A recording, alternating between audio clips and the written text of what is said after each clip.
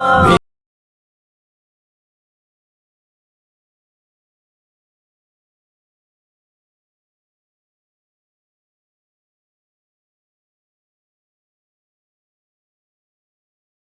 طریقے سے محدثین بھی جو اس طرح پبلک میں مشہور روایتیں تھی وہ کتابوں میں لکھ کے ان پہ حکم لگا دیتے تھے تاکہ لوگ خبردار ہو جائیں کہ یہ چیز جو ہے وہ درست نہیں ہے.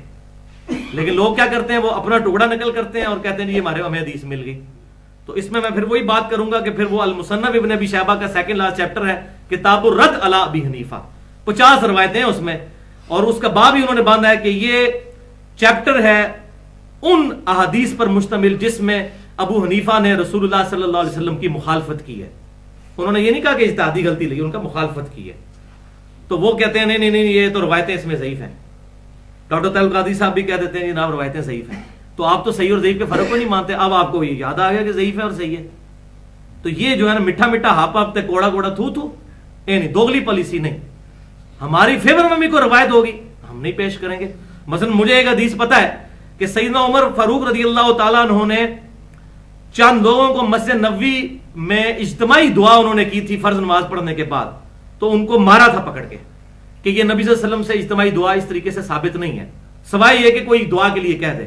فرض نماز کے بعد اجتماعی دعا ثابت نہیں ہے, اپنی اپنی دعا کرنی ہے وہ آپ کریں. لیکن اس میں ایک راوی مجہول ہے اور اس کا پتہ نہیں ہے. لیکن ہم بھی بےمانی پہ اتر رہے ہیں تو ہم کہیں جی دیکھیں یہ حدیث تو ہے نا, حضرت عمر نے کٹ لگائی ہے, ایسی بھی تہاڈی لاواں گے. تو زیادتی والی بات ہے, ہم نہیں پیش کریں گے جب اس کی سند ہی ٹھیک نہیں ہے. کیوں پیش کریں؟ ہم نے اللہ کو جان دینی ہے. لیکن مولوی جو ہے یہ بالکل نہ ڈر اور بے خوف ہو جاتے ہیں. ان کا مقصد صرف اپنا لقمہ کتاب و سنت کے منہ میں ڈالنا ہوتا ہے, بات ماننی کوئی نہیں ہوتی. اپنا لقمہ کتاب و سنت کے منہ میں ڈالتے ہیں, اپنی آخرت کی فکر نہیں کرتے کہ خدا کے لیے اس طرح کی چیزیں بیان کر کے تم دنیا میں تو واہ واہ کروا لو گے, آخرت میں کیا بنے گا. اب مجھے یاد آ گئی بات میں یہیں پر عرض کر دیتا ہوں. میں نے خود یہ لیکچر ڈاکٹر طیب القادری صاحب کا سنا, میں ان کو سنتا ہوں, کئی چیزوں سے مجھے اتفاق بھی ہے ان کی, ایسی بات نہیں ہے. اچھی بات جو کوئی بھی کرے ہم اس کی تصدیق کرتے ہیں. تو انہوں نے بھرے مجمع میں یہ بات کہی کہ یہ بتاؤ کہ درود شریف پڑھنا کس کی سنت ہے.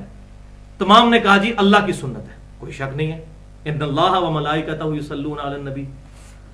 پھر انہوں نے کہا کہ یہ بتاؤ کہ نماز پڑھنا کس کی سنت ہے. تو سب نے کہا کہ نبی صلی اللہ علیہ وسلم کی سنت ہے. اب آگے انہوں نے جو ڈینجرس رزلٹ نکالا وہ کہتے ہیں اے دسو منو کہ اللہ دی سنت زیادہ افضل ہے کہ نبی صلی اللہ علیہ وسلم دی سنت زیادہ افضل ہے. استغفر اللہ. تو آپ دیکھیں یہ کس طریقے سے مولوی جو ہے وہ دھوکہ دیتے ہیں پبلک کو. اچھا عوام سلیم الفطرت ہوتی ہے, اب عوام چپ کر گئی. عوام کو تو اپنی آخرت کی فکر ہے نا, مولوی کو تو فکر نہیں, وہ تو چندے میں سے بھی پیسے نکال لیتا ہے. دوسرا آدمی تو ڈرتا ہے مسجد میں جناب کوئی کام کرتے ہوئے بھی, لیکن مولوی تو نہ ڈر ہوتا ہے. وہ کہنا بولو نا کہ نبی دی سنت افضل ہے کہ اللہ دی سنت افضل ہے. اب لوگ ڈر رہے ہیں کہ اگر ہم کہتے ہیں کہ جی اللہ کی سنت افضل ہے تو درود شریف نماز سے افضل ہو جائے گا, اور اگر ہم کہتے ہیں کہ نماز درود شریف سے افضل ہے تو پھر نبی کی سنت اللہ کی سنت سے افضل ہو جائے گی. جائیے تو کیڑے پاسے جائیے, بند گلی میں اس نے چھوڑ دیا. پھر وہ کہتا میں بیٹھے ہاں کہو یعنی میں ذمہ داری لے رہا ہوں. تو پھر لوگوں نے کہا جی کہ اللہ کی سنت ہی افضل ہے. کہا ہاں جی, اس سے پتہ چلا درود شریف پڑھنا نماز سے افضل ہے. ولیعوذ باللہ تعالی. اب ایسے علماء کو ہم کیا کہیں ان کو, حالانکہ اس بندے کو بات کرتے ہوئے شرم نہیں آئی کہ بخاری اور مسلم کی متفق علیہ حدیث ہے. ابن مسعود رضی اللہ تعالیٰ عنہ کہتے ہیں ہم نے نبی صلی اللہ علیہ وسلم سے خود پوچھا کہ بتائیے اللہ کو سب سے بڑھ کر محبوب عمل کون سا ہے, تو آپ نے فرمایا بندے کا وقت میں نماز کو قائم کرنا.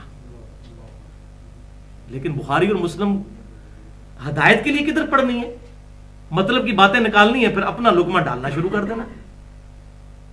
اور یہ بےمانی ہے کہ اگر ایسے لوگوں کو ننگا نہ کیا جائے. یہ بات یاد رکھیے, جتنا کتاب و سنت کو بیان کرنا ضروری ہے اتنا ہی ضروری ہے جو لوگ کتاب و سنت کے نام پر لوگوں کو دھوکہ دے رہے ہیں ان کو ننگا کرنا.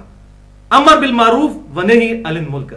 اور بخاری اور مسلم میں جو مومن کی 3 نشانیوں میں سے ایک نشانی یہی ہے کہ دوستی اور دشمنی دونوں اللہ کے لیے, خالی دوستی نہیں, تو دشمنوں کو بھی ننگا کرنا ہے. ولیعوذ باللہ تعالی. تو وہ شفاعت رسول کا نسخہ میں آپ کو بتا دیتا ہوں, لیکن اس کے لیے پہلی شرط ہے, پہلے وہ کوسچن جو ہے وہ ریزالو کرنا پڑے گا. بخاری اور مسلم کی متفق علیہ حدیث کہ آپ صلی اللہ علیہ وسلم نے فرمایا اللہ تعالیٰ نے ہر نبی کو ایک مقبول دعا دی تھی، اس نبی نے وہ اپنی دعا اس دنیا میں ہی کر لی۔ نوح علیہ السلام نے دعا کی، امت غرق ہو گئی۔ موسیٰ علیہ السلام نے دعا کر لی، فرعون ڈوب گیا۔ لیکن میں نے اپنی دعا اپنی امت کے لیے چھپا کر رکھ لی ہے۔ اللہ اکبر۔ حریص علیکم بالمؤمنین رؤوف الرحیم۔ اور میری اس دعا سے قیامت والے دن، یہ دعا میں قیامت والے دن کروں گا، اپنے امتیوں کی شفاعت کروں گا، اور میری اس دعا سے میرے ہر امتی کو نفع پہنچے گا سوائے اس شخص کے جس نے دنیا میں اللہ تعالیٰ کے ساتھ کسی قسم کا شرک کیا ہوا۔ مشرک کی شفاعت نہیں ہونی، موحد کی ہونی ہے۔ شرک is the most sensitive issue in the sight of Allah. Allah کے حضور سب سے زیادہ حساس معاملہ شرک ہے۔